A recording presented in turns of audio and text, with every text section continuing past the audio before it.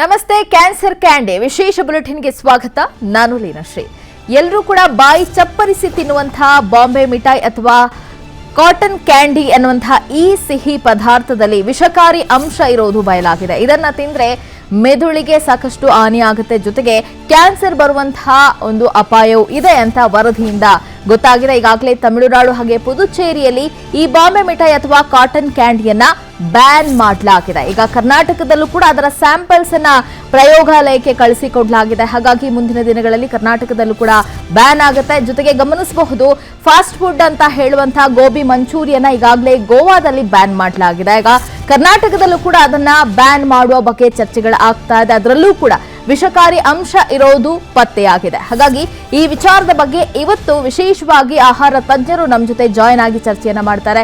ಎಷ್ಟು ಅಪಾಯಕಾರಿ ಇದು, ಅದರ ಬಗ್ಗೆ ವಿಸ್ತೃತವಾದಂತಹ ಒಂದು ಮಾಹಿತಿಯನ್ನ ನಿಮ್ಮ ಮುಂದೆ ಇಡ್ತಾ ಹೋಗಿ. ಬಾಂಬೆ ಮಿಠಾಯಿ ಪ್ರಿಯರೇ, ಎಚ್ಚರ ಎಚ್ಚರ. ಜಾತ್ರೆ ಸಮಾರಂಭಗಳಲ್ಲಿ ಬಾಂಬೆ ಮಿಠಾಯಿಯನ್ನ ನೀವು ತಿಂತಾ ಇದ್ದೀರಾ? ಹಾಗಾದ್ರೆ ಈ ಸುದ್ದಿಯನ್ನ ನೀವು ಗಮನದಲ್ಲಿ ಇಟ್ಕೊಂಡು ನೋಡ್ಬೇಕಾಗುತ್ತೆ. ಬಾಯಿ ಚಪ್ಪರಿಸೋ ಮಿಠಾಯಿಯಲ್ಲಿದ್ದಂತೆ ವಿಷ, ಸಿಹಿ ಜೊತೆ ವಿಷ ದೇಹ ಸೇರಿದ್ರೆ ಆ ಮಹಾ ರೋಗ ಫಿಕ್ಸ್. ಈಗಾಗಲೇ ಬಾಂಬೆ ಮಿಠಾಯಿ ಅಥವಾ ಕಾಟನ್ ಕ್ಯಾಂಡಿ ಅಂತ ಹೇಳುವಂತಹ ಈ ಸಿಹಿ ಪದಾರ್ಥದಲ್ಲಿ ಹಾನಿಕಾರಕ ಅಂಶ ಇರೋದು ವರದಿಯಿಂದ ಗೊತ್ತಾಗ್ತಾ ಇದೆ. ಈಗಾಗಲೇ ತಮಿಳುನಾಡು ಹಾಗೆ ಪುದುಚೇರಿಯಲ್ಲಿ ಇದನ್ನ ಬ್ಯಾನ್ ಮಾಡಲಾಗಿದೆ.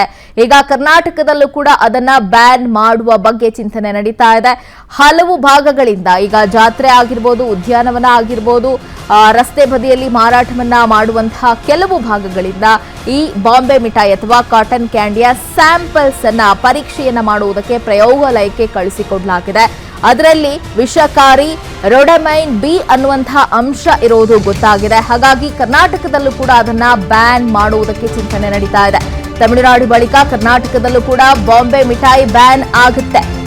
ನಾಲಿಗೆ ಚಪ್ಪರಿಸೋ ಕಾಟನ್ ಕ್ಯಾಂಡಿಯಲ್ಲಿದೆ ವಿಷಕಾರಿ ಅಂಶ. ಕಾಟನ್ ಕ್ಯಾಂಡಿಯಲ್ಲಿದೆ ಕ್ಯಾನ್ಸರ್ ತರುವ ವಿಷಕಾರಿ ಅಂಶ ಈಗ ಪತ್ತೆಯಾಗಿದೆ. ಬಾಂಬೆ ಮಿಠಾಯಿ ನಿಷೇಧಿಸುವುದಕ್ಕೆ ಕರ್ನಾಟಕ ಸರ್ಕಾರವೂ ಕೂಡ ಚಿಂತನೆಯನ್ನ ನಡೆಸ್ತಾ ಇದೆ. ಕ್ಯಾನ್ಸರ್ ರೋಗಕ್ಕೆ ಕಾರಣ ಆಗುವಂತಹ ಅಂಶ ಪತ್ತೆಯಾದ ಹಿನ್ನೆಲೆಯಲ್ಲಿ ಇದೀಗ ರಾಜ್ಯದಲ್ಲೂ ಕೂಡ ಸ್ಯಾಂಪಲ್ ಸಂಗ್ರಹಕ್ಕೆ ಮೌಖಿಕ ಸೂಚನೆಯನ್ನ ನೀಡಲಾಗಿದೆ. ತಮಿಳುನಾಡು ಹಾಗೆ ಪುದುಚೇರಿಯಲ್ಲಿ ಇದನ್ನ ಈಗಾಗಲೇ ಬ್ಯಾನ್ ಮಾಡಿ ಆದೇಶವನ್ನ ಹೊರಡಿಸಲಾಗಿದೆ. ಬಾಯಿ ಚಪ್ಪರಿಸಿ ತಿನ್ನುವಂತಹ ಈ ಬಾಂಬೆ ಮಿಠಾಯಿ ಅಥವಾ ಕಾಟನ್ ಕ್ಯಾಂಡಿ ಅಂದ್ರೆ ಚಿಕ್ಕ ಮಕ್ಕಳಿಂದ ದೊಡ್ಡವರಿಗೂ ಕೂಡ ಇಷ್ಟ ಆಗುವಂತಹ ಒಂದು ಸಿಹಿ ತಿಂಡಿ.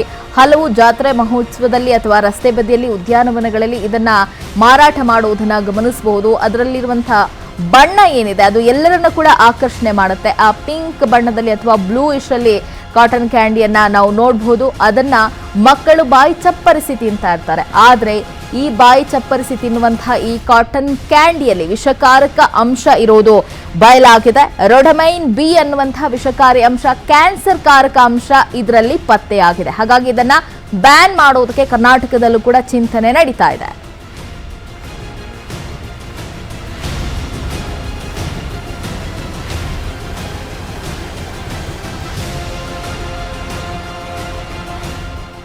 ಇದರ ಬಗ್ಗೆ ಮಾತನಾಡುವುದಕ್ಕೆ ಆಹಾರ ತಜ್ಞರು ಕೂಡ ನಮ್ಮ ಜೊತೆ ಜಾಯಿನ್ ಆಗ್ತಾ ಇದ್ದಾರೆ. CV ನಾಗರಾಜ್ ಅವರು ಆಹಾರ ತಜ್ಞರು ನಮ್ಮ ಜೊತೆ ಜಾಯಿನ್ ಆಗಿದ್ದಾರೆ. ಸರ್, ಕಾರ್ಯಕ್ರಮಕ್ಕೆ ಆತ್ಮೀಯ ಸ್ವಾಗತ. Thank you. ಇದರ ಬಗ್ಗೆ ಚರ್ಚೆನ ಮಾಡ್ತಾ ಹೋಗೋಣ ಸರ್. ಜೊತೆಗೆ ಈಗ ಗೋಬಿ ಮಂಚೂರಿಗೆ ಸಂಬಂಧಪಟ್ಟಂತೆ ಕೂಡ ಒಂದು ಅಪ್ಡೇಟ್ ಲಭ್ಯ ಆಗ್ತಾ ಇದೆ. ಈಗಾಗಲೇ ಗೋವಾದಲ್ಲಿ ಗೋಬಿ ಮಂಚೂರಿಯನ್ನ ಬ್ಯಾನ್ ಮಾಡಲಾಗಿದೆ. ಬಾಯಿ ಚಪ್ಪರಿಸಿಕೊಂಡು ತಿನ್ನುವಂತಹ ಗೋಬಿ ಮಂಚೂರಿಯಲ್ಲಿ ಕೂಡ ವಿಷಕಾರಿ ಅಂಶ ಇದೆ ಅನ್ನೋದು ವರದಿಯಿಂದ ಗೊತ್ತಾಗ್ತಾ ಇದೆ. ಕರ್ನಾಟಕದಲ್ಲಿ ಹಾಗಾದ್ರೆ ಬ್ಯಾನ್ ಆಗುತ್ತಾ ಗೋಬಿ ಮಂಚೂರಿಯನ್? ಈಗಾಗಲೇ ಗೋವಾದಲ್ಲಿ ಇದನ್ನ ಬ್ಯಾನ್ ಮಾಡಲಾಗಿದೆ. ಅದರಲ್ಲಿ ಸ್ವಚ್ಛತೆಯನ್ನ ಕಾಪಾಡಿರಲಿಲ್ಲ, ಹಾಗಾಗಿ ಅದನ್ನ ಬ್ಯಾನ್ ಮಾಡಲಾಗಿದೆ. ಈಗ ಅದರಲ್ಲೂ ಕೂಡ ವಿಷಕಾರಿ ಅಂಶ ಇದೆ ಅನ್ನೋದು ಗೊತ್ತಾಗಿದೆ. ಗೋಬಿ ಮಂಚೂರಿಯಲ್ಲಿ ಹೆಚ್ಚು ಕೆಮಿಕಲ್ ಬಣ್ಣ ಬಳಸೋದು ಗೊತ್ತಾಗಿದೆ. ಬಟ್ಟೆ ಒಗೆಯುವ ಪುಡಿ ಕೂಡ ಗೋಬಿಗೆ ಬಳಕೆ ಆಗಿರುವಂತಹ ಹಿನ್ನೆಲೆಯಲ್ಲಿ ಗೋವಾದಲ್ಲಿ ಇದನ್ನ ಬ್ಯಾನ್ ಮಾಡಲಾಯಿತು. ಕರ್ನಾಟಕದಲ್ಲೂ ಕೂಡ ಸ್ಯಾಂಪಲ್ ಸಂಗ್ರಹಕ್ಕೆ ಮೌಖಿಕ ಸೂಚನೆಯನ್ನ ನೀಡಲಾಗಿದೆ. ಹಾಗಾಗಿ ಕರ್ನಾಟಕದಲ್ಲೂ ಕೂಡ ಗೋಬಿ ಮಂಚೂರಿಯನ್ ಬ್ಯಾನ್ ಆಗುವ ಸಾಧ್ಯತೆಗಳಿದೆ. ಈಗಾಗಲೇ ಅದರ ಒಂದು ಸ್ಯಾಂಪಲ್ಸ್ ಅನ್ನ ನೀವು ಪ್ರಯೋಗಾಲಯಕ್ಕೆ ಕಳಿಸ್ಕೊಡ್ಬೇಕು ಅಂತ ಹೇಳಿ ಈಗಾಗಲೇ ಮೌಖಿಕ ಸೂಚನೆಯನ್ನ ಕೂಡ ಸರ್ಕಾರ ಕೊಟ್ಟಿರೋದ್ರಿಂದ ಅದರ ಬಗ್ಗೆಯೂ ಕೂಡ ವರದಿ ಬರುವಂತಹ ಸಾಧ್ಯತೆ ಇದೆ. ಕಾಟನ್ ಕ್ಯಾಂಡಿ ಹಾಗೆ ಗೋಬಿ ಮಂಚೂರಿಯಲ್ಲಿ ವಿಷಕಾರಿ ಅಂಶ ಇರೋದು ಗೊತ್ತಾಗಿದೆ. ಬಟ್ಟೆ ಒಗೆಯುವ ಬಳಸುವಂತಹ ಪುಡಿ ಏನಿದೆ ಅದನ್ನ ಇದರಲ್ಲಿ ಬಳಸಲಾಗಿದೆ ಅನ್ನುವಂತಹ ಆಘಾತಕಾರಿ ಅಂಶವು ಈಗ ಬೆಳಕಿಗೆ ಬಂದಿದೆ. ಸರ್, ಈಗಾಗಲೇ ಗಮನಿಸಬಹುದು ಸಾಕಷ್ಟು ಅಂಶಗಳು, ಅದರಲ್ಲೂ ಕೂಡ ಈ ಕಲರ್ಫುಲ್ ಆಗಿ ಕಾಣುವಂತಹ ತಿಂಡಿ ತಿನಿಸುಗಳು ಎಲ್ರಿಗೂ ಕೂಡ ಇಷ್ಟ ಆಗುತ್ತೆ. ಅದರಲ್ಲೂ ಎಲ್ಲರೂ ಕೂಡ ಬಾಯಿ ಚಪ್ಪರಿಸಿ ತಿನ್ನುವಂತಹ ಈ ಕಾಟನ್ ಕ್ಯಾಂಡಿ ಏನಿದೆ ಅದರಲ್ಲೀಗ ರೊಡೆಮೈನ್ ಬಿ ಅನ್ನುವಂತಹ ಒಂದು ಕ್ಯಾನ್ಸರ್ ಕಾರಕ ಅಂಶ ಇದೆ ಅನ್ನೋದು ಗೊತ್ತಾಗ್ತಾ ಇದೆ. ಆಹಾರ ತಜ್ಞರಾಗಿ ಇದರ ಬಗ್ಗೆ ಯಾವ ರೀತಿ ಜಾಗೃತಿಯನ್ನ ಮೂಡಿಸಬೇಕಾಗುತ್ತೆ, ಜೊತೆಗೆ ಈ ರೊಡೆಮೈನ್ ಬಿ ಅನ್ನೋದು ಎಷ್ಟು ಹಾನಿಕಾರಕ ಆಗಿದೆ ಸರ್? ಹಲೋ ನಾಗರಾಜ್ ಸರ್, ಧ್ವನಿ ಕೇಳಿಸ್ತಾ ಇದೆಯಾ? ಸ್ವಲ್ಪ ತಾಳಿ ಕೇಳತ್ ಹೇಳಿ. ಈಗಾಗಲೇ ಕಾಟನ್ ಕ್ಯಾಂಡಿಯನ್ನ ತಿನ್ನಬಾರ್ದು, ಅದರಲ್ಲಿ ವಿಷಕಾರಿ ಅಂಶ ಇದೆ ಅಂತ ಈಗಾಗಲೇ ವರದಿಯಿಂದ ಗೊತ್ತಾಗ್ತಾ ಇದೆ. ಈ ರೊಡೆಮೈನ್ ಬಿ ಅನ್ನೋದು ಎಷ್ಟು ಹಾನಿಕಾರಕ ಅಂತ ಹೇಳ್ತೀರಾ ಸರ್? ಇದು ಕಾನೂನು ನಿಷೇಧಿತ ಬಣ್ಣಗಳಲ್ಲಿ ರೊಡೆಮೈನ್ ಬಿ ಒಂದು. ಅದರಲ್ಲಿ ಹಾನಿಕಾರಕ ಬಣ್ಣಗಳಲ್ಲಿ ಮೆಟಾನಿಲೆಲ್ಲೋ, ಬ್ಲೂ ಯುಆರ್ಎಸ್, ಆರೋಮಿನ್ನು, orange 1 and red, soda red ಇವೆಲ್ಲ ನಿಷೇಧಿತ ಬಣ್ಣಗಳು. ಓಕೆ, ಇದನ್ನ ಯಾಕೆ ಬಣ್ಣ ಬೆರೆಸ್ತಾರೆ ಗೊತ್ತಿದೆ. ಬಣ್ಣ ಯಾಕೆ ಬೆರೆಸ್ಬೇಕು ಅನ್ನೋದು ಮೊದಲನೇ ಪ್ರಶ್ನೆ ಹಾಕೊಳ್ಳಿ, ನೀವೇ ಹಾಕೊಳ್ಳಿ. ಆಹಾರ ಚೆನ್ನಾಗಿ ಕಾಣಲಿ. ಇವಾಗ ಕೇಸರಿ ಬಾತು, ಕೇಸರಿ ಬಣ್ಣ ಹಾಕಿದ್ರೆ ಮಾತ್ರ ಒಳ್ಳೆ ಬಣ್ಣ ಇರುತ್ತೆ, ಹಳದಿ ಬಣ್ಣ ಇರುತ್ತೆ, ತಿಂತಾರೆ. ಬಣ್ಣ ಹಾಕ್ದೇನೆ ತಿನ್ನಕ್ಕಾಗೋದಿಲ್ವಾ ಅಲ್ವಾ? ಯೋಚನೆ ಮಾಡಿ. ಹೌದು, ನನಗೀಗ 88 ವರ್ಷ. 13 ವರ್ಷದಲ್ಲಿ 35 ವರ್ಷ 35 ವರ್ಷದಲ್ಲಿ 15 ಸ್ಟೇಟ್ಗಳಲ್ಲಿ ಕೆಲಸ ಮಾಡಿ ಬಂದಿರೋದು. ಈ ಬಣ್ಣಗಳ ಬಗ್ಗೆ ಒಂದು ಪುಸ್ತಕ ಬರಿತಾ ಇದ್ದೀನಿ, ಲೇಟೆಸ್ಟು. ಬಣ್ಣಗಳು ಎಷ್ಟು ಹಾನಿಕಾರಕ, ಅದು ಮುಖ್ಯವಾಗಿ ಮಕ್ಕಳಿಗೆ ಅಂತ. ನೀವು ಬರೀ ಕಾಟನ್ ಕ್ಯಾಂಡಿ ಒಂದೇ ತಗೊಳ್ತೀರಾ? ಟಾಕ್ಸಿಕಾಲಜಿಕಲ್ ರಿಸರ್ಚ್ ಇನ್ಸ್ಟಿಟ್ಯೂಟ್ ಲಕ್ನೋದಲ್ಲಿ 100 ಆಹಾರ ಪದಾರ್ಥಗಳಲ್ಲಿ 70 ಭಾಗ ಆಹಾರ ಪದಾರ್ಥಗಳಲ್ಲಿ ಬಣ್ಣ ಹಾಕ್ತಾರೆ. ಓಕೆ, ಇದಕ್ಕೆ ಇವ್ರದ್ದಿದೆಯಲ್ಲ, ಯಾರೋ ಈಗ ಹಿಂದೆ PFA ಅಂತ ಇತ್ತು, ಪ್ರಿವೆನ್ಷನ್ ಆಫ್ ಫುಡ್ ಅಟ್ರಾಕ್ಷನ್ ಆಗ್ತಿದೆ. ಈಗ ಇಲ್ಲ, ಈಗ ಆಹಾರ ಸುರಕ್ಷತೆ ಮತ್ತು ಗುಣಮಟ್ಟ ಕಾಯ್ದೆ. ಇವರೇನು ಮಾಡ್ತಾ ಇದ್ದಾರೆ? ಎಷ್ಟು ಜನ ಅಧಿಕಾರಿಗಳು ಮಾರ್ಕೆಟ್ಗೆ ಹೋಗಿ ಸ್ಯಾಂಪಲ್ ಕಲೆಕ್ಟ್ ಮಾಡಿ ದಿನನಿತ್ಯ ಪರೀಕ್ಷೆ ಮಾಡಿ ಮಾಧ್ಯಮಕ್ಕೆ ಕೊಡ್ತಾ ಇದ್ದಾರಾ? ಏನೇನು ಕಲಬೆರಕೆ ಆಗಿದೆ, ಏನಾಗಿದೆ, ಯಾರ್ಯಾರು ಶಿಕ್ಷೆ ಆಗಿದೆ ಅಂತ ಕೊಟ್ಟಿದ್ದಾರಾ? ಇದುವರೆಗೂ ಸ್ಟ್ಯಾಟಿಸ್ಟಿಕ್ಸ್ ಇದೆಯಾ? ಇಲ್ಲ. ಸೊ ಇದಕ್ಕೆ ಫಂಡಮೆಂಟಲ್ ಆಗಿ ನೋಡ್ಕೋಬೇಕು, ಯಾಕೆ ಹಿಂಗೆ ಆಗ್ತಾ ಇದೆ, ಕಲಬೆರಕೆ ಆಗ್ತಾ ಇದೆ, ಯಾಕೆ ಮಾಡ್ತಾರೆ, ಅದು ಎಷ್ಟು ಸಮಾಜಕ್ಕೆ ಎಷ್ಟು ತೊಂದರೆ ಆಗ್ತಾ ಇದೆ. ಇದನ್ನ ಮಾಡಬೇಕಾದವ್ರು ಯಾರು ಹೇಳಿ? ಅಧಿಕಾರಿಗಳು. ಹೌದು, ಅಧಿಕಾರಿಗಳು ಇದರ ಬಗ್ಗೆ ಹೆಚ್ಚಿನ ಜಾಗೃತಿಯನ್ನು ವಹಿಸಬೇಕಾಗುತ್ತೆ. ಈಗ ಮತ್ತೊಬ್ರು ತಜ್ಞ ವೈದ್ಯರು ಆಂಜನಪ್ಪ ಅವರು ಕೂಡ ನಮ್ಮ ಜೊತೆ ಲೈವ್ ನಲ್ಲಿ ಜಾಯ್ನ್ ಆಗ್ತಾ ಇದ್ದಾರೆ. ಸರ್ ನಮಸ್ತೆ. ಡಾಕ್ಟರ್, ಈಗಾಗಲೇ ಗಮನಿಸಬಹುದು ಸಿ.ವಿ. ನಾಗರಾಜ್ ಅವರು ಹೇಳ್ತಾ ಇದ್ರು, ಕೇವಲ ಕಾಟನ್ ಕ್ಯಾಂಡಿಯಲ್ಲಿ ಮಾತ್ರ ಅಲ್ಲ, ಹಲವು ಪದಾರ್ಥಗಳಲ್ಲಿ ಈಗಾಗಲೇ ಹಾನಿಕಾರಕ ವಿಷ ಅಂಶ ಇರೋದು ಗೊತ್ತಾಗ್ತಾ ಇದೆ ಅಂತ. ಆಹಾರ ತಜ್ಞರಾಗಿರ್ಬೋದು ಅಥವಾ ಅಧಿಕಾರಿಗಳು ಇದರ ಬಗ್ಗೆ ಹೆಚ್ಚಿನ ಗಮನವನ್ನು ವಹಿಸಬೇಕಾಗತ್ತೆ. ಈಗ ಈ ಕಾಟನ್ ಕ್ಯಾಂಡಿಯಲ್ಲಿ ಕಂಡು ಬಂದಿರುವಂತಹ ಈ ರೊಡೆಮೈನ್ ಬಿ ಅನ್ನುವಂಥ ಅಂಶ ಏನಿದೆ ಅದು ಮೆದುಳಿಗೂ ಕೂಡ ಹೆಚ್ಚಿನ ಹಾನಿಯನ್ನ ಮಾಡುತ್ತೆ ಅನ್ನುವಂಥ ಒಂದು ವರದಿ ಗೊತ್ತಾಗ್ತಾ ಇದೆ. ಏನ್ ಹೇಳ್ತೀರಿ ಡಾಕ್ಟರ್? ನಾನೊಬ್ಬ ಸರ್ಜನ್ ಆಗಿ, ಕರ್ನಾಟಕ ಕ್ಯಾನ್ಸರ್ ಸೊಸೈಟಿಯ ಚೇರ್ಮನ್ ಆಗಿ, ಜನಸಾಮಾನ್ಯರು ನಮಗೆ ಯಾವಾಗಲೂ ಒಂದು ಪ್ರಶ್ನೆ ಕೇಳ್ತಾರೆ, ಡಾಕ್ಟ್ರೆ ಕ್ಯಾನ್ಸರ್ ಯಾಕೆ ಬರುತ್ತೆ ಮನುಷ್ಯರಿಗೆ ಅಂತ. ನೋಡಿ, ಈ ಕ್ಯಾನ್ಸರ್ ಪಾರ್ಟಿಕಲ್ಗೆ ನಾವು ಕಾರ್ಸಿನೋಜನ್ಸ್ ಅಂತೀವಿ. ನಾವು ನೋಡಿ, ಅಲರ್ಜಿ ವಸ್ತುಗಳಿಗೆ ಅಲರ್ಜನ್ ಅಂತೀವಿ. ಮೂಗ್ನೊಳಗೆ ನಮ್ ಪೋಲೆನ್ ಗ್ರೈನ್ ಹೋಗಿ ಕೂತ್ಕೊಂತು ಅಂದ್ರೆ ಸೀನ್ತಾರೆ. ಅದೇ ರೀತಿ anything under the sun including the sun is a carcinogen ಅಂತೀವಿ. ಅಮ್ಮ, ಅನ್ಫಾರ್ಚುನೇಟ್ಲಿ ಇವತ್ತು ಮಕ್ಕಳಿಗೆ ತಿನ್ಸಂತ ಈ ಕ್ಯಾಂಡಿ, ನಾವು ತಿಂತಕ್ಕಂತ ಅನೇಕ ಆಹಾರಗಳಲ್ಲಿ ಈ ಆರ್ಟಿಫಿಷಿಯಲ್ ಕಲರ್ಸ್ ಇರ್ತಾವಲ್ಲಮ್ಮ, they're all chemicals. Any chemical is a carcinogen ಅಮ್ಮ. ಇದನ್ನ ಎಷ್ಟಿದೆ ಪರ್ಸೆಂಟೇಜ್ ಏನಿದೆ ಅದನ್ನೆಲ್ಲ ಕಂಡುಹಿಡಿಯೋದು ಲ್ಯಾಬ್ ನಲ್ಲಿ. ಬಟ್ ಜನರಲಿ ಸ್ಪೀಕಿಂಗ್ ಡೆಫಿನೆಟ್ಲಿ ಇದು ಅಧಿಕಾರಿಗಳ ಜವಾಬ್ದಾರಿ. ಅವ್ರು ಹೋಗ್ಬಿಟ್ಟು ಇದನ್ನೆಲ್ಲ ಅದ್ರೊಳಗೆ ಏನ್ ಕೆಮಿಕಲ್ ಯೂಸ್ ಮಾಡಿದ್ದಾರೆ, ಎಷ್ಟಿದೆ ಅದನ್ನೆಲ್ಲ ಕಂಡುಹಿಡಿಯೋದು ಅವ್ರ ಕೆಲಸ ಅಮ್ಮ. ಬಟ್ ಜನರಲ್ ಸ್ಟೇಟ್ಮೆಂಟ್ ಇದು, anything under the sun including the sun is a carcinogen. ನಾವು ಮೆಡಿಕಲ್ ಕಾಲೇಜಿನಲ್ಲಿ ಮೆಡಿಕಲ್ ಸ್ಟೂಡೆಂಟ್ಸ್ ಹೇಳ್ಕೊಡುವಂತ ಪಾಠ ಇವತ್ತು ಜನಸಾಮಾನ್ಯರಿಗೂ ಕೂಡ ಇದು ತಲುಪಬೇಕಮ್ಮ. ಯಾವುದೇ ಒಂದು ಆರ್ಟಿಫಿಷಿಯಲ್ ಕಲರ್ ಆಗಲಿ ಅದ್ರೊಳಗೆ ಕೆಮಿಕಲ್ಸ್ ಅಮ್ಮ. ಡೆಫಿನೆಟ್ಲಿ ಅನೇಕ ಕೆಮಿಕಲ್ಸ್ ಯೂಸ್ ಮಾಡ್ತಾರೆ. As a preservative, as a taster ಇದನ್ನೆಲ್ಲ ಯೂಸ್ ಮಾಡ್ತಾರೆ. ಅವು ನಿಜವಾಗ್ಲೂ ಆರೋಗ್ಯಕ್ಕೆ ಮಾರಕಮ್ಮ. ಅದ್ರೊಳಗೆ ಡೌಟೇ ಇಲ್ಲ. ಸೊ ಆದ್ದರಿಂದ ದಯವಿಟ್ಟು ಇದನ್ನ ಏನ್ ಬ್ಯಾನ್ ಮಾಡಿದಿರಲ್ಲ ಸರ್ಕಾರ, ಇವತ್ತು ನಾನು ಒಬ್ಬ ವೈದ್ಯನಾಗಿ ನಿಜವಾಗ್ಲೂ ಅಪ್ರಿಶಿಯೇಟ್ ಮಾಡ್ತೀನಿ. ಯಾಕಂದ್ರೆ ಪಕ್ಕಕ್ಕೆ ಗೊತ್ತಿರಲ್ಲ, ತಂದೆ ತಾಯಿಗೆ ಗೊತ್ತಿರಲ್ಲ. ಸೊ ಇವು ಅನೇಕ ಪ್ರೂವ್ಡ್ ಬಿಯಾಂಡ್ ಡೌಟ್ ಅಮ್ಮ. ಹಾಗಾಗಿ ಡೆಫಿನೆಟ್ಲಿ ಡೌಟ್ ಇಲ್ದಿರೋದ ನಾನು ಹೇಳಬಲ್ಲೆ. ಸೊ ಇದ್ರ ಬಗ್ಗೆ ಹೆಚ್ಚಿನ ಸ್ಟಡಿ ಆಗ್ಬೇಕು, ಅದೊಂದೇ ಕೂಡ ನಮಗೆ ಬಹಳ ಡಾಕ್ಟರ್, ಈಗ ಗಮನಿಸಬಹುದು ರೋಡ್ ಸೈಡ್ ಅಥವಾ ಉದ್ಯಾನವನಗಳಲ್ಲಿ ಮಾತ್ರ ಕಾಟನ್ ಕ್ಯಾಂಡಿಯನ್ನ ಮಾರಾಟ ಮಾಡೋದಿಲ್ಲ. ದೊಡ್ಡ ದೊಡ್ಡ ಮಾಲ್ಗಳಲ್ಲಿ, ಸೂಪರ್ ಮಾರ್ಕೆಟ್ಗಳಲ್ಲೂ ಕೂಡ ಮಾಡ್ತಾರೆ. ಜೊತೆಗೆ ರೆಡಿ ಟು ಈಟ್ ಅಂದ್ರೆ ಇದು ಸೇಫ್ ಆಗಿದೆ ಅಂತ ಕೂಡ ಹೇಳ್ತಾರೆ. ಸೊ ಅಂತಹ ದೊಡ್ಡ ದೊಡ್ಡ ಮಾಲ್ಗಳಲ್ಲಿ, ಸೂಪರ್ ಮಾರ್ಕೆಟ್ಗಳಲ್ಲೇ ಇಷ್ಟೇ ರಾಜಾರೋಷವಾಗಿ ಈ ರೀತಿಯ ಹಾನಿಕಾರಕ ಒಂದು ಕಾಟನ್ ಕ್ಯಾಂಡಿ ಅಥವಾ ಬಾಂಬೆ ಮಿಠಾಯಿಗಳನ್ನ ಮಾರ್ತಾ ಇದ್ದಾರೆ. ಸೊ ಇದರ ಬಗ್ಗೆ ಕೂಡ ಹೆಚ್ಚಿನ ಜಾಗೃತಿಯನ್ನ ಮೂಡಿಸಬೇಕಾಗುತ್ತೆ. ಡೆಫಿನೆಟ್ಲಿ ಅಮ್ಮ, ಇದು ವೈದ್ಯರ ಅಡ್ವೈಸ್ ತಗೋಬೇಕಮ್ಮ. ಅನ್ಫಾರ್ಚುನೇಟ್ಲಿ ಇವೆಲ್ಲ ಏನಾಗುತ್ತೆ, ಹೈಟೆಕ್ ಶಾಪ್ಸ್ ಆಗಲಿ, ಮಾಲ್ಗಳು ಎಲ್ಲಿ ಮಾರಿದ್ರು ಕೂಡ ಅದ್ರ ಮೇಲೆ ಡೆಫಿನೆಟ್ಲಿ ಏನ್ ಕೆಮಿಕಲ್ಸ್ ಇದೆ, ಎಷ್ಟು ಮಟ್ಟಕ್ಕಿದೆ, whether it is a carcinogenic or not. ನೋಡಿ, ಸಿಗರೆಟ್ ಪ್ಯಾಕ್ ಮೇಲೆ ಸುಮ್ಮನೆ ಹೊಡೆದ್ ಬಿಡ್ತಾರೆ ಬಂದು ಬಾಯಿ ಕ್ಯಾನ್ಸರ್ ಫೋಟೋನ. ಬಟ್ ಯಾಕೆ ಬರುತ್ತೆ ನೋಡಿ, ಒಂದು ಸ್ಮೋಕಿಂಗ್ ಇದ್ರೊಳಗೆ 4,000 ಈ ರೀತಿಯ ಕಾರ್ಸಿನೋಜನ್ಸ್ ಇರ್ತವೆ ಒಂದು ಸಿಗರೇಟ್ ನಲ್ಲಿ. You can imagine. ಯಾಕಂದ್ರೆ ಎಲ್ಲಾ ಕೂಡ ನಾವು ಮೆಡಿಕಲ್ ಕಾಲೇಜ್ ಇವನ್ನ ಜನರಲ್ ಆಗಿ ಓದ್ಬಿಡ್ತೀವಿ, ಸಿ ಆಲ್ ದಿ ಕಾರ್ಸಿನೋಜನ್ಸ್ ಅಂತ. ಬಟ್ ಯಾವ ಮಟ್ಟಕ್ಕೆ ಇದ್ರೊಳಗೆ ಮಾಲ್ಗಳಲ್ಲಿ ಮಾಡೋಂಥವು, ದೊಡ್ಡ ದೊಡ್ಡ ಶಾಪ್ ನಾಗ ಮಾರೋಂಥ ಇರ್ತಾವ ಇಲ್ಲ, ಅದೆಲ್ಲ ನಮ್ಗೆ ಗೊತ್ತಾಗಲ್ಲ. ಅಲ್ಟಿಮೇಟ್ಲಿ ಡೆಫಿನೆಟ್ಲಿ ಆಹಾರದಲ್ಲಿ ಯೂಸ್ ಮಾಡೋಂತ any artificial colours they are dangerous. ಅದ್ರೊಳಗಂತೂ ಡೌಟೇ ಇಲ್ಲ. ಈಗ ಗಮನಿಸಬಹುದು ನಮ್ಮ ಆಹಾರ ಪದ್ಧತಿ ಅಥವಾ ಆಧುನಿಕ ಜೀವನ ಶೈಲಿ ಬದಲಾಗ್ತಾ ಇದ್ದಂತೆ ರೆಡಿ ಟು ಈಟ್ ಫುಡ್ ಗಳನ್ನ ನಾವು ಹೆಚ್ಚಾಗಿ ಬಳಕೆ ಮಾಡ್ತಾ ಇದೀವಿ. ಸೊ ಇಂತಹ ರೆಡಿ ಟು ಈಟ್ ಫುಡ್ ಗಳನ್ನ ಹೆಚ್ಚು ದಿನ ಹಾಗೆ ಅದನ್ನ ಸೇಫ್ ಆಗಿ ಇಟ್ಕೋಬೇಕು ಅನ್ನುವಂಥ ನಿಟ್ಟಿನಲ್ಲಿ ಕೂಡ ಅದರಲ್ಲಿ ಸಾಕಷ್ಟು ಕೆಮಿಕಲ್ ಗಳನ್ನ ಯೂಸ್ ಮಾಡ್ತಾರೆ. ಅದರಲ್ಲೂ ಕೂಡ ಈ ರೊಡೆಮೈನ್ ಬಿ ಅನ್ನುವಂಥ ಅಂಶ ಹೆಚ್ಚಿನ ಪ್ರಮಾಣದಲ್ಲಿ ಇರುತ್ತೆ ಅಂತ ಹೇಳ್ತಾ ಇದ್ದಾರೆ. ಡಾಕ್ಟರ್, ಇದು ನಿಜಾನಾ? 100% ಅಮ್ಮ. ಇವತ್ತು ದ ಇನ್ಸಿಡೆನ್ಸ್ ಆಫ್ ಕ್ಯಾನ್ಸರ್ ಎಷ್ಟು ಜಾಸ್ತಿ ಆಗಿದೆ ಅಂದ್ರೆ, ಇನ್ಫ್ಯಾಕ್ಟ್ ಕೆಲವರು ಜನಸಾಮಾನ್ಯರು ಕೇಳೋ ಪ್ರಶ್ನೆ ಎಷ್ಟು ಚೆನ್ನಾಗಿ ಕೇಳ್ತಾರೆ ಹುಡುಗಿ, ಡಾಕ್ಟ್ರೆ ನಮ್ ತಾತ 70 ವರ್ಷ ಯಾವತ್ತೂ ಏನು ಕೆಟ್ಟ ಅಭ್ಯಾಸ ಇಲ್ಲ, ನನ್ನ ತಾತನಿಗೆ ಕಾರ್ಸಿನೋಮಾ ಇದಾಯ್ತು, ಪ್ಯಾಂಕ್ರಿಯಾಸ್ ಕ್ಯಾನ್ಸರ್. ಯಾಕ್ರಿ ಡಾಕ್ಟ್ರೆ ಅಂದ್ರೆ ಇದೇ ಅಮ್ಮ ಕಾರಣ.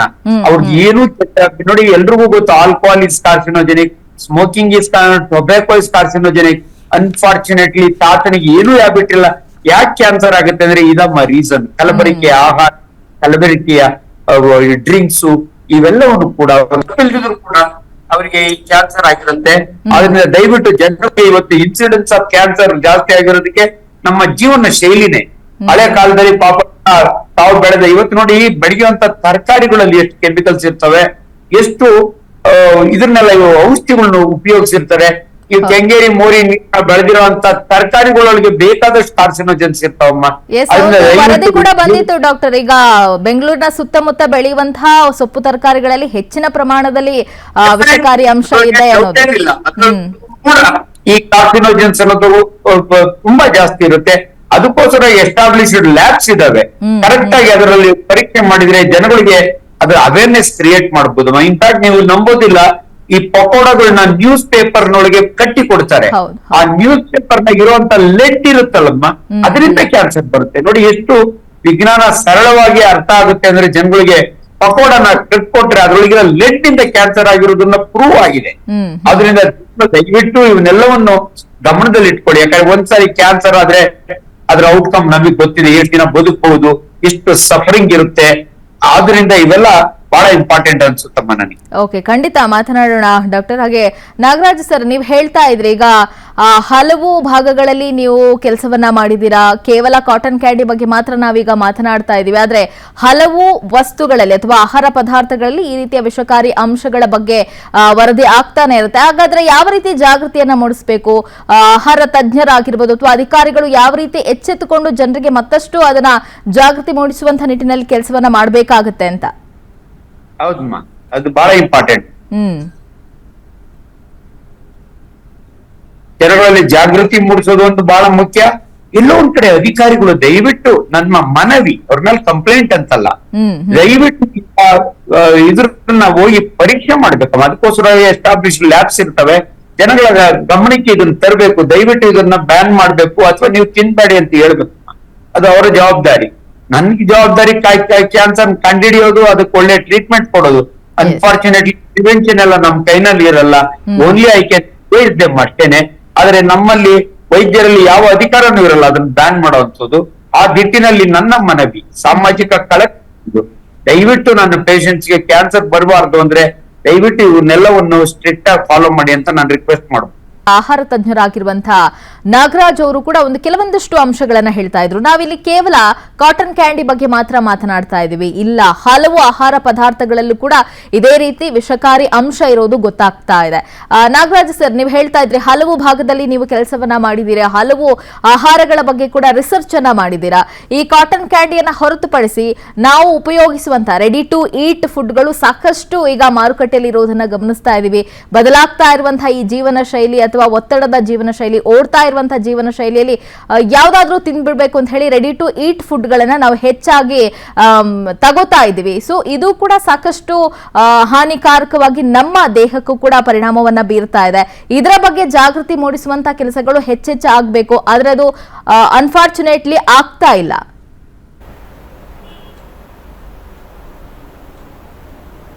ಹಲೋ ಸರ್, ಕೇಳಿಸ್ತಾ ಇದೆಯಾ ಧ್ವನಿ? ಈಗ ಬರೀ ನೀವು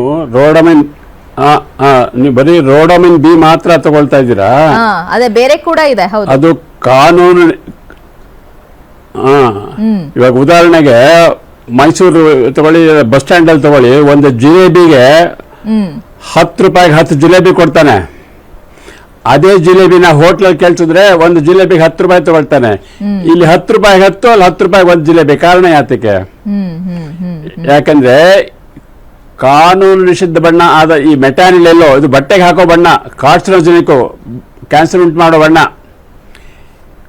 ಇದು 100 ರೂಪಾಯಿಗೆ 1 ಕಿಲೋ ಸಿಗತ್ತೆ. ಬಟ್ಟೆಗೆ ಆಹಾರಕ್ಕೆ ಹಾಕೋ ಬಣ್ಣ ಅಂದ್ರೆ ಒಂದು 50 ಗ್ರಾಮ್ಗೆನೆ 50-100 ರೂಪಾಯಿ ಆಗುತ್ತೆ. ಇದು 1 ಕಿಲೋಗೆ 100 ರೂಪಾಯಿ ಆಗ್ತದೆ.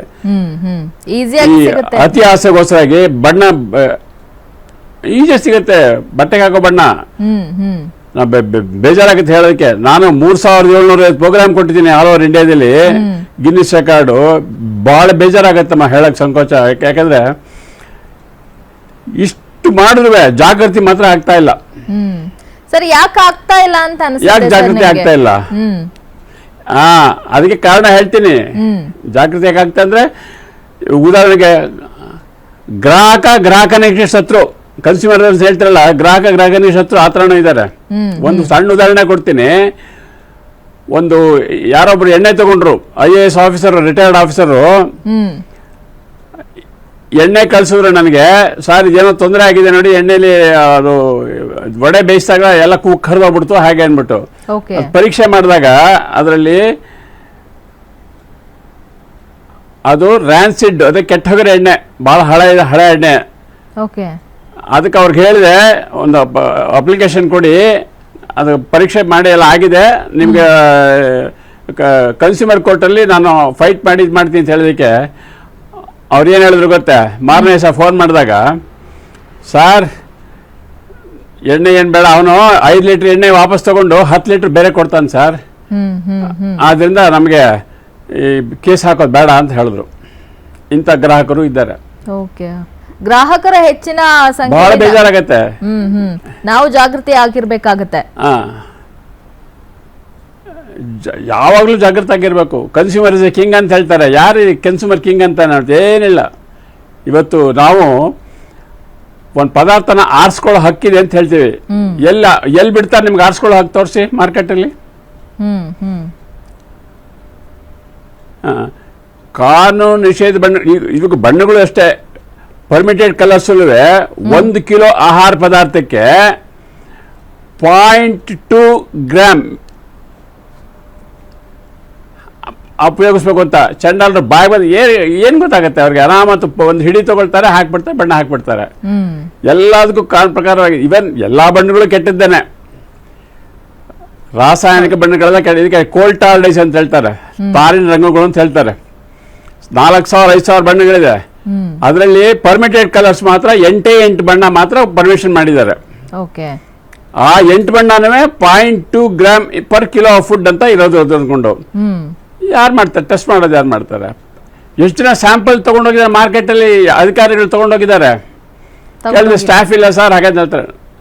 ನಾನು 50 ವರ್ಷದಿಂದ ಹೊಡೆದಾಡ್ತಾ ಇದ್ದೀನಿ, ಕನ್ಸ್ಯೂಮರ್ ಮೂವ್ಮೆಂಟ್ ಅಲ್ಲಿ ಹೊಡೆದಾಡ್ತಾ ಇದ್ದೀನಿ. ಆಹಾರ ಕಲಬೆರಕೆ ಮಾಡಿ 3,756 ಪ್ರೋಗ್ರಾಮ್ ಕೊಟ್ಟಿದ್ದೀನಿ ಆಲ್ ಓವರ್ ಇಂಡಿಯಾದಲ್ಲಿ.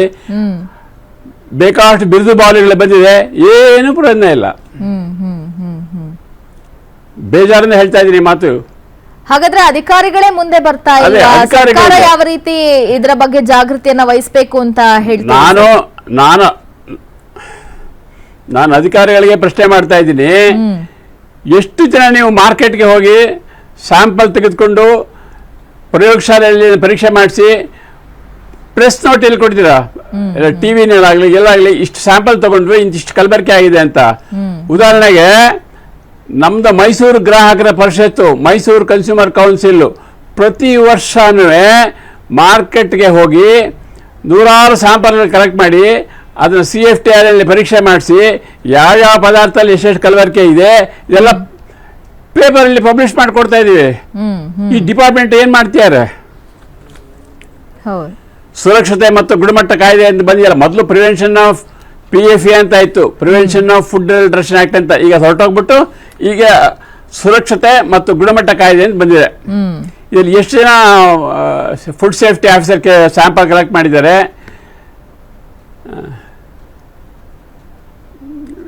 ಇದೇ ಅಧಿಕಾರಿಗಳಿಗೆ ಚುರುಕು ಮುಟ್ಟಿಸ್ಬೇಕು. ಫುಡ್ ಸೇಫ್ಟಿ ಕಮಿಷನ್ ಅಂತ ಇದ್ದಾರೆ ಬೆಂಗಳೂರಲ್ಲಿ. ಅವರು ಪ್ರತಿ ತಿಂಗಳು ಮೀಟಿಂಗ್ ಕರೆದ್ಬಿಟ್ಟು ಎಲ್ಲೇ ಸ್ಯಾಂಪಲ್ ತೆಗೆದಿದ್ದಾರೆ, ಎಲ್ಲೇ ಕಲಬೆರಕೆ ಆಗಿದೆ ಅದನ್ನ ಪಬ್ಲಿಷ್ ಮಾಡಬೇಕು. ಪೇಪರ್ ಮೀಡಿಯಾಕ್ಕೆ, ಇಲ್ಲ ಪ್ರಿಂಟ್ ಮೀಡಿಯಾನೋ ಮೀಡಿಯಲ್ಲಿ ಪಬ್ಲಿಷ್ ಮಾಡಬೇಕು. ಯಾವ ಥರದ್ದು ಇಲ್ಲ. ಆಮೇಲೆ ಒಂದು ಕೊಡಿ, ಯಾವ ಕಲಬೆರಕೆ ಮಾಡಿದವನಿಗೆ ಇಂಥ ಶಿಕ್ಷೆ ಆಗಿದೆ ಅಂದ್ಬಿಟ್ಟು ಯಾವ್ದಾದ್ರು ಪೇಪರ್ ಇದ್ರೆ ನಾನು ₹1,00,000 ಬಹುಮಾನ ಕೊಡ್ತೇನೆ. ಆ ರೀತಿಯ ಯಾವುದೇ ರೀತಿಯ ಕ್ರಮಗಳು ಕೂಡ ಆಗಿಲ್ಲ. ಈ ರೀತಿ ಏನಾದ್ರೂ ಒಂದು ವರದಿ ಬರುತ್ತೆ ಕ್ಯಾನ್ಸರ್ ಕಾರಕ ಅಂಶ ಇದೆ ಅಂತ ಹೇಳಿದಾಗ ಅದನ್ನ ಬ್ಯಾನ್ ಮಾತ್ರ ಮಾಡ್ತಾರೆ. ಆದ್ರೆ ಬೇರೆ ವಸ್ತುಗಳ ಬಗ್ಗೆ ಯಾರು ಕೂಡ ಅಷ್ಟೊಂದು ತಲೆ ಕೆಡಿಸಿಕೊಳ್ತಾ ಇಲ್ಲ. ಈಗ ನೋಡಿ, ಕೋಕಾ ಕೋಲಾಗ್ ಬಂತು, ದೊಡ್ಡ ಗಲಾಟೆ ಆಯ್ತು, ಪೆಸ್ಟಿಸೈಡ್ ಇದೆ ಅಂತ. ಡೆಲ್ಲಿಲಿ ಇದೆ ಅಂತಾರೆ, ಈ ಮೈಸೂರಲ್ಲಿ ಇಲ್ಲ ಅಂತ ಹೇಳ್ತಾರೆ.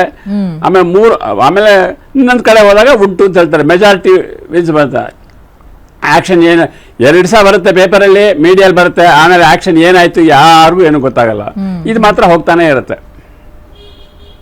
ಓಕೆ ಸರ್, ಈಗ ನೀವು ಹೇಳ್ತಾ ಇದ್ರಿ ಕೇವಲ 8 ಬಣ್ಣಗಳನ್ನ ಮಾತ್ರ ಬಳಕೆ ಮಾಡಬಹುದು ಅಂತ ಇದೆ. ಅದ್ರಲ್ಲೂ ಕೂಡ 0.2 ಗ್ರಾಮ್ನಷ್ಟು ಮಾತ್ರ ನಾವು ಬಳಕೆಯನ್ನ ಮಾಡಬಹುದು ಅಂತ. ಆದ್ರೂ ಕೂಡ ಹೆಚ್ಚಿನ ಸಂಖ್ಯೆಯಲ್ಲಿ ನಾವು ಕಲರ್ಫುಲ್ ಬಣ್ಣಗಳನ್ನ ಬಳಸ್ತಾ ಇರೋದನ್ನ ಗಮನಿಸ್ತಾ ಇದೀವಿ. ಇದಕ್ಕೆ ಕಡಿವಾಣ ಹಾಕೋದಕ್ಕೂ ಕೂಡ ಸಾಧ್ಯ ಆಗ್ತಾ ಇಲ್ಲ.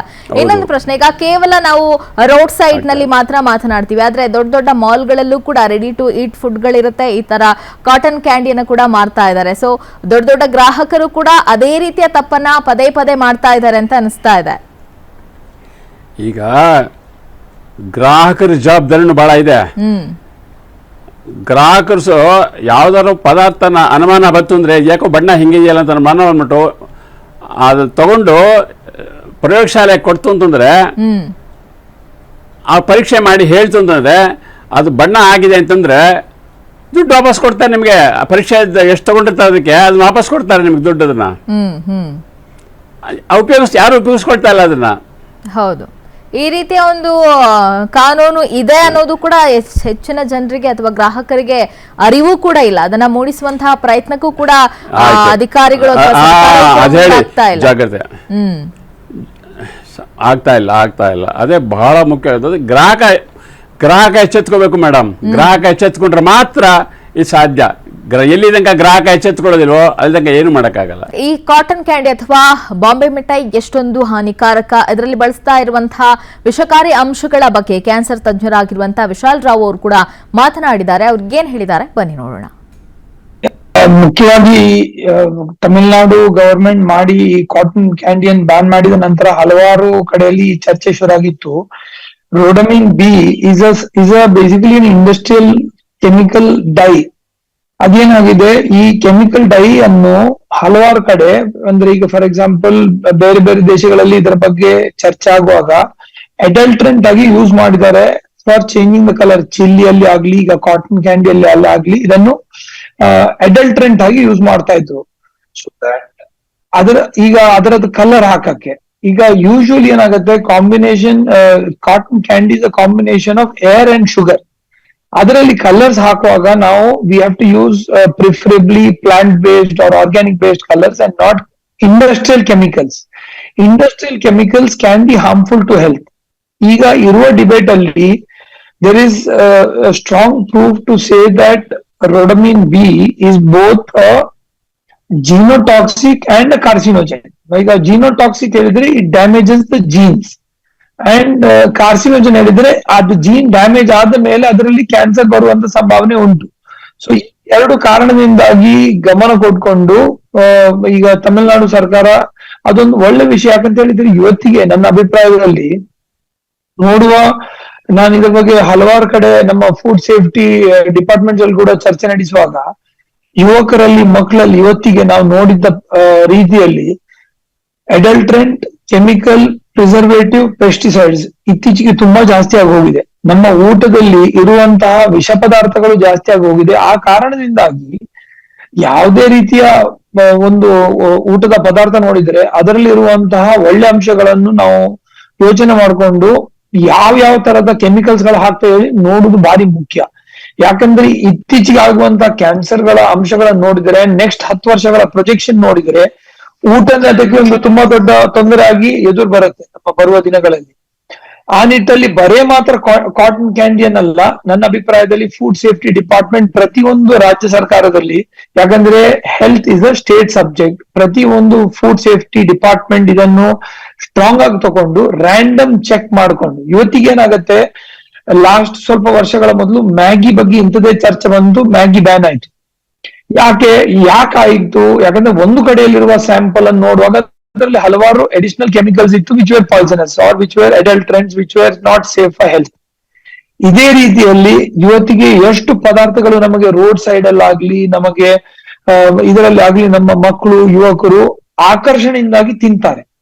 ಆಕರ್ಷಣೆ ಮತ್ತೆ ಆ ಒಂದು ಟೇಸ್ಟ್ ಇಂದಾಗಿ ತಿನ್ನುವ ಪರಿಸ್ಥಿತಿಯಲ್ಲಿ ಅವರಿಗೆ ಬರುವ ವರ್ಷಗಳಲ್ಲಿರುವ ಕಾಯಿಲೆಯನ್ನು ಯೋಚನೆ ಮಾಡುವುದಿಲ್ಲ. ಅದರಲ್ಲಿ ಊಟ ಇದ್ದದ್ರಲ್ಲಿ ಮುಖ್ಯ ಆಗಿರುತ್ತೆ. ಆ ಕಾರಣದಿಂದಾಗಿ ನನ್ನ ಒಂದು ಅಭಿಪ್ರಾಯ ಇದ್ದದ್ದು, ಕಾಟನ್ ಕ್ಯಾಂಡಿಯನ್ ಮಾಡಿದ್ದದ್ದು ಒಳ್ಳೆ ಒಂದು ಉದಾಹರಣೆ ಅಂದ್ರೆ ಎಲ್ಲ ಸರ್ಕಾರಗಳಿಗೆ. ಬಟ್ ಇದು ಮೊದಲನೇ ಹೆಜ್ಜೆ. ಯಾಕಂತ ಹೇಳಿದ್ರೆ ಪ್ರತಿಯೊಂದು ಎಲಿಮೆಂಟ್ ಎಲ್ಲೆಲ್ಲಿ ನಮಗೆ ಆಗತ್ತೆ ಅದರಲ್ಲಿ ನಾವು ರ್ಯಾಂಡಮ್ ಸ್ಯಾಂಪಲ್, ಈಗ ಹೇಗೆ ನಾವು ಕಾಟನ್ ಕ್ಯಾಂಡಿಯಲ್ಲಿ ರ್ಯಾಂಡಮ್ ಸ್ಯಾಂಪಲ್ ತಗೊಂಡು ಸ್ಟಡಿ ಮಾಡಿದೆವು, ಹಾಗೇನೆ ಫುಡ್ ಸೇಫ್ಟಿ ಡಿಪಾರ್ಟ್ಮೆಂಟ್ಗಳು ಹೈ ಅಲರ್ಟ್ ಅಲ್ಲಿ ಹೋಗಿ ಜನರ ರಕ್ಷಣೆ ಮಾಡಕ್ಕೋಸ್ಕರ ಎಲ್ಲಾ ಕಡೆ ಸ್ಟ್ರಿಕ್ಟ್ ಆಗಿ ಫುಡ್ ಲೈಸೆನ್ಸ್ ತಗೊಂಡೇ ಇದ್ದಲ್ಲಿ ರ್ಯಾಂಡಮ್ ಸ್ಯಾಂಪಲ್ ಟೆಸ್ಟಿಂಗ್ ಮಾಡೋದು ಭಾರಿ ಮುಖ್ಯ. ಯಾಕಂದ್ರೆ ಆವಾಗ ಮಾತ್ರ ನಮಗೆ ಗೊತ್ತಾಗುತ್ತೆ ಇದರ ನಿಜ ಕತೆ ಏನು, ಯಾವ್ಯಾವ ಕಡೆಯಲ್ಲಿ ಸೇಫ್ ಫುಡ್ ನಡೀತಾ ಉಂಟು, ಯಾವ್ಯಾವ ಕಡೆಯಲ್ಲಿ ಅನ್ಸೇಫ್ ಫುಡ್ ನಡೀತಾ ಉಂಟು. ಎಸ್ ನಾಗರಾಜ್ ಸರ್, ನೀವು ಹೇಳ್ತಾ ಇದ್ರಿ ಈಗ ಫುಡ್ ಸೇಫ್ಟಿ ಡಿಪಾರ್ಟ್ಮೆಂಟ್ ನ ಒಂದು ಕರ್ತವ್ಯ ಏನಿದೆ, ಅವರ ಕರ್ತವ್ಯ ತುಂಬಾ ಇಂಪಾರ್ಟೆಂಟ್ ಆಗುತ್ತೆ. ಸರ್ಕಾರ ಯಾವ ರೀತಿ ಈ ನಿಟ್ಟಿನಲ್ಲಿ ಕೂಡ ಕಾರ್ಯಪ್ರವೃತ್ತ ಆಗಬೇಕಾಗುತ್ತೆ ಅಂತ ನೀವು ಹೇಳ್ತೀರಿ ಸರ್? ಈಗ ಡಾಕ್ಟರ್ ಹೇಳ್ತಾ ಇದ್ರು ರ್ಯಾಂಡಮ್ ಸ್ಯಾಂಪಲ್ ತಗೋಬೇಕು ಅಂತ ಹೇಳ್ಬಿಟ್ಟು, ಇದನ್ನ ನಾನು ಸುಮಾರು ವರ್ಷಗಳಿಂದ ಹೇಳ್ತಾನೆ ಇದ್ದೀನಿ. ಹೌದು, ಎಲ್ಲಿ ತಗೊಳ್ತೀಯ ರ್ಯಾಂಡಮ್ ಸ್ಯಾಂಪಲ್? ಸ್ಯಾಂಪ್ಲಿಂಗೇ ಮಾಡ್ತಾ ಇಲ್ಲ. ಇನ್ ರ್ಯಾಂಡಮ್ ಸ್ಯಾಂಪಲ್ ಇಲ್ಲಿ ಬಂತು, ಸ್ಯಾಂಪಲ್ ತಗೊಳ್ದಾದ್ಮೇಲೆ ಇದು ನಾನು ಹೇಳ್ತಾನೆ ಇದ್ದೀನಿ, ಪ್ರತಿಯೊಬ್ಬ ಅಧಿಕಾರಿಗಳು ಮಾರ್ಕೆಟ್ಗೆ ಹೋಗ್ಬಿಟ್ಟು ಒಂದು ಸ್ಯಾಂಪಲ್ನ ಕೊಂಡುಕೊಂಡು ಅದನ್ನ ಪರೀಕ್ಷೆ ಮಾಡಿ ಪ್ರೆಸ್ ಕೊಡಿ, ಮೀಡಿಯಾ ಕೊಡಿ. ಇಂಥ ಆಹಾರ ಪದಾರ್ಥಗಳು ನಾವು ಮಾಡ್ತಾ ಇದೀವಿ. ಪ್ರತಿ ವರ್ಷನೂ ನಮ್ಮ ಮೈಸೂರು ಗ್ರಾಹಕ ಪರಿಷತ್ತು 100 ಸ್ಯಾಂಪಲ್ ಕಲೆಕ್ಟ್ ಮಾಡಿಬಿಟ್ಟು ಇಂತಿಂಥ ವಸ್ತುಗಳು ಕಲಬೆರಕೆಯಲ್ಲಿ ಹೇಳ್ತಾ ಇದೀವಲ್ಲ, ಆ ಥರ ಯಾಕೆ ಗೌರ್ಮೆಂಟ್ ಏಜೆನ್ಸಿ ಯಾಕೆ ಮಾಡಬಾರ್ದು ಅಂತ ಅಂದ್ಬಿಟ್ಟು ಇದು ಚರ್ಚೆಗಳು ನಡೀತಾ ಇದೆ, ಸುಮಾರು ಚರ್ಚೆಗಳು ನಡೀತಾ ಇದೆ, ಟಿವಿಲಿ ನಡೀತಾ ಇದೆ, ಸೆಮಿನಾರ್ಗಳು ನಡೀತಾ ಇದೆ, ಬರೀ ನಡೀತಾ ಇದೆ ಅಂತಂದ್ರೆ ಇಫೆಕ್ಟ್ ಏನೂ ಆಗಿಲ್ಲ ಮೇಡಮ್. ಅದೇ ಈ ರೀತಿಯ ವರದಿ ಬಂದಾಗ ಇದರಲ್ಲಿ ಹಾನಿಕಾರಕ ವಸ್ತು ಇದೆ, ಅದನ್ನ ಬ್ಯಾನ್ ಮಾಡಿದಾಗ ಮಾತ್ರ ಈ ಸುದ್ದಿ ಹೊರಗೆ ಬರುತ್ತೆ, ದೊಡ್ಡ ಮಟ್ಟದಲ್ಲಿ ಚರ್ಚೆ ಆಗುತ್ತೆ, ಮತ್ತೆ ಅದು ಅಷ್ಟೇ ರೀತಿ ಸೈಲೆಂಟ್ ಆಗುತ್ತೆ. ಈಗ ನೋಡಿ ಮೇಡಮ್, ನಾನು ನನ್ನ ಕಾರ್ಯಕ್ರಮದಲ್ಲಿ ಸುಮಾರು 900 ಕಾರ್ಯಕ್ರಮ ಹಳ್ಳಿಗಳಿಗೆ ಕೊಟ್ಟಿದ್ದೀನಿ. ಈಗ ಲಾಲಿಪಾಪ್ ಅಂತ ಹೇಳ್ತೀರಾ, ಹೌದು, ಕ್ಯಾಡ್ಬೆರಿ ಲಾಲಿಪಾಪ್ 5 ರೂಪಾಯಿ ಒಂದಕ್ಕೆ. ಹಳ್ಳಿಲಿ ಸಕ್ಕರೆ ಪಾಕಕ್ಕೆ ಬಣ್ಣ ಹಾಕ್ಬಿಟ್ಟು ಒಂದು ಹೆಂಚು ಕಡ್ಡಿಗೆ ಸಿಕ್ಕಿಸ್ಬಿಟ್ಟು 4 ಕರ್ಣಕ್ಕೆ ಮಾರ್ತಾರೆ. ಹೌದು, ಆ ಹಾರಿಕ ಬಣ್ಣ ಹಾಕೋದು. ಎಷ್ಟು ಜನ ಹಳ್ಳಿಗಳಿಗೆ ಹೋಗ್ಬಿಟ್ಟು ಸ್ಯಾಂಪಲ್ ಕಲೆಕ್ಟ್ ಮಾಡಿದ್ದಾರೆ ಹೇಳಿ? ಮಾಡ್ತಲ್ಲ. ರಾಮಾಯಣ ಮಹಾಭಾರತ ಆಹಾರ ಕಲಬೆರಕೆ ಹೇಳಿ ಸರ್. ಈಗ ಆಹಾರ ಕಲಬೆರಕೆ ಕಲಿಯುಗ ಅಂತ ಹೇಳ್ತಾರೆ, ಕಲಿಯುಗ ಅಲ್ಲ, ಇದು ಕಲಬೆರಕೆ ಯುಗ ಅಂತ ನಾನು ಹೇಳ್ತಾ ಇರೋದು. ಸರ್, ನೀವು ಹೇಳ್ತಾ ಇದ್ರಿ ಸಾಕಷ್ಟು ಸ್ಯಾಂಪಲ್ಸ್ ಗಳನ್ನ ನಾವು ಕಲೆಕ್ಟ್ ಮಾಡಿದೀವಿ, ಸರ್ಕಾರದ ಮಟ್ಟದಲ್ಲಿ ಇದರ ಬಗ್ಗೆ ಚರ್ಚೆಯನ್ನ ಮಾಡಿದೀರಾ? ಸರ್ಕಾರದ ಮಟ್ಟದಲ್ಲಿ ಯಾವ ರೀತಿಯ ರೆಸ್ಪಾನ್ಸ್ ನಿಮ್ಗೆ ಸಿಕ್ಕಿದೆ ಆ ಸಂದರ್ಭದಲ್ಲಿ? ನನ್ನ ಹತ್ರ 50 ವರ್ಷದಲ್ಲಿ ನಂದು ದೊಡ್ಡ ಫೈಲ್ಗಳಿದೆ, ಕರೆಸ್ಪಾಂಡೆನ್ಸ್ ಮಾಡಿರೋದು ಎಲ್ಲ. ಅದಕ್ಕೂ ಏನ್ ಬಂದ ರಿಪ್ಲೈ ಕೊಡೋದಿಲ್ಲ. ಈಗ ನೋಡಿ, ಉದಾಹರಣೆಗೆ ಮೊನ್ನೆ ಯಾರೋ ಒಂದು ಹಸುನ್ ಬೆಣ್ಣೆ ತಗೊಂಡ್ ಬಂದ್ರು. ಹಸುನ್ ಬೆಣ್ಣೆ ಅಂತ ಅಂದ್ಬಿಟ್ಟು ನೋಡಿ ಸರ್ ಅಂದ್ಬಿಟ್ಟು ಅದನ್ನ ಪರೀಕ್ಷೆ ಮಾಡಿದಾಗ ಅದು ಬೇರೆ ಬೆಣ್ಣೆಗೆ ಮೆಟಾನಿಲ್ ಹಾಕ್ಬಿಟ್ಟು ಹಸು ಬೆಣ್ಣೆ ಅಂತ ಮಾರ್ತಾ ಇದ್ದಾರೆ. ಅನ್ ಕಂಪ್ಲೇಂಟ್ ಕೊಟ್ಟಾಯ್ತು, ಯಾರು ರಿಪ್ಲೈನೂ ಇಲ್ಲ, ಏನೂ ಇಲ್ಲ. ಸರ್, ಈಗ ಸಾಕಷ್ಟು ಸ್ಯಾಂಪಲ್ಸ್ ಅನ್ನ ಮಾಡಿದಿರಿ, ವರದಿಯನ್ನ ಕೂಡ ಕೊಟ್ಟಿದ್ದೀರಿ. ಈಗ ಈ ಮಾಧ್ಯಮದ ಮುಖಾಂತರ ಫುಡ್ ಸೇಫ್ಟಿ ಅಧಿಕಾರಿಗಳಿಗೆ ಅಥವಾ ಆರೋಗ್ಯ ಇಲಾಖೆಗೆ ಏನಂತ ಹೇಳಕ್ ಇಷ್ಟಪಡ್ತೀರಿ ಸರ್? ಯಾವ ರೀತಿ ಇದನ್ನ ಕಠಿಣವಾಗಿ ನನ್ನ ಸಜೆಷನ್ನು, ಅಧಿಕಾರಿಗಳು ಪ್ರತಿ ವಾರನೂ ಶಾಲೆಗೆ ಹೈಸ್ಕೂಲ್ ಮಟ್ಟದಿಂದ ಕಾಲೇಜು, ಇಂಜಿನಿಯರಿಂಗ್ ಕಾಲೇಜು, ಮೆಡಿಕಲ್ ಇಂಥ ಕಾಲೇಜುಗಳು ಒಂದೊಂದು ಗಂಟೆ ಲೆಕ್ಚರ್ ಕೊಟ್ಬಿಟ್ಟಿದ್ರು. ಆಹಾರ ಕಲಬೆರಕೆಗಳಿಗೆ ಲೆಕ್ಚರ್ ಕೊಟ್ಬಿಟ್ಟು ಗ್ರಾಹಕಿ ಜಾಗೃತಿ ಸ್ವಲ್ಪ ಮಾಡಿದ್ರೆ ಏನೋ ಸ್ವಲ್ಪ ಅನುಕೂಲ ಆಗ್ಬೋದು. ನಾ ಮಾಡಿದ್ದೀನಿ. ಹತ್ರ 3750 ಪ್ರೋಗ್ರಾಮ್ ಕೊಟ್ಟಿದ್ದೀನಿ ನಾನು ಇದುವರೆಗೂ. Okay, thank you sir. ಸಾಕಷ್ಟು ವಿಚಾರಗಳನ್ನ ನ್ಯೂಸ್ ಜೊತೆಗೆ ನೀವು ಹಂಚ್ಕೊಂಡ್ರಿ. ಗಮನಿಸಬಹುದು, ಈಗಾಗಲೇ ಆಹಾರ ತಜ್ಞರ ಹೇಳ್ತಾ ಇದ್ರು, ನಾವು ಸಾಕಷ್ಟು ಸ್ಯಾಂಪಲ್ಸ್ ಗಳನ್ನ ಮಾಡಿದೀವಿ, ಪ್ರಯೋಗಾಲಯಕ್ಕೆ ಕಳಿಸ್ಕೊಟ್ಟಿದೀವಿ. ಆದ್ರೆ ಇಲ್ಲಿ ಪ್ರಮುಖವಾಗಿ ಗ್ರಾಹಕರು ಜಾಗೃತರಾಗಿರ್ಬೇಕಾಗತ್ತೆ. ರೆಡಿ ಟು ಈಟ್ ಫುಡ್ ಗಳನ್ನ ನಾವು ಹೆಚ್ಚಾಗಿ ತಿಂತೀವಿ, ಅದರಲ್ಲೂ ಕೂಡ ವಿಷಕಾರಿ ಅಂಶ ಇರುತ್ತೆ. ಬಾಯಿ ಚಪ್ಪರಿಸಿ ತಿನ್ನುವಂತಹ ಈ ಕಾಟನ್ ಕ್ಯಾಂಡಿ ಅಥವಾ ಬಾಂಬೆ ಮಿಠಾಯಿಯಲ್ಲಿ ಈಗ ರೊಡಮೈನ್ ಬಿ ಅನ್ನುವಂತಹ ವಿಷಕಾರಿ ಅಂಶ ಇದೆ. ಕೇವಲ 8 ಬಣ್ಣಗಳಿಗೆ ಮಾತ್ರ ಪರ್ಮಿಷನ್ ಇದ್ರೂ ಕೂಡ ಹಲವು ಬಣ್ಣಗಳನ್ನ ನಾವು ಫುಡ್ ಗಳಲ್ಲಿ ಬಳಕೆಯನ್ನ ಮಾಡ್ತಾ ಇದೀವಿ. ಹಾಗಾಗಿ ಚಿಕ್ಕ ಮಕ್ಕಳಿರುವಂತಹ ಪೋಷಕರು ಆದಷ್ಟು ಜಾಗೃತಿಯನ್ನ ವಹಿಸಬೇಕಾಗುತ್ತೆ. ಪ್ರಮುಖವಾಗಿ ಸರ್ಕಾರದ ಪಾತ್ರ ಕೂಡ ಇಲ್ಲಿದೆ.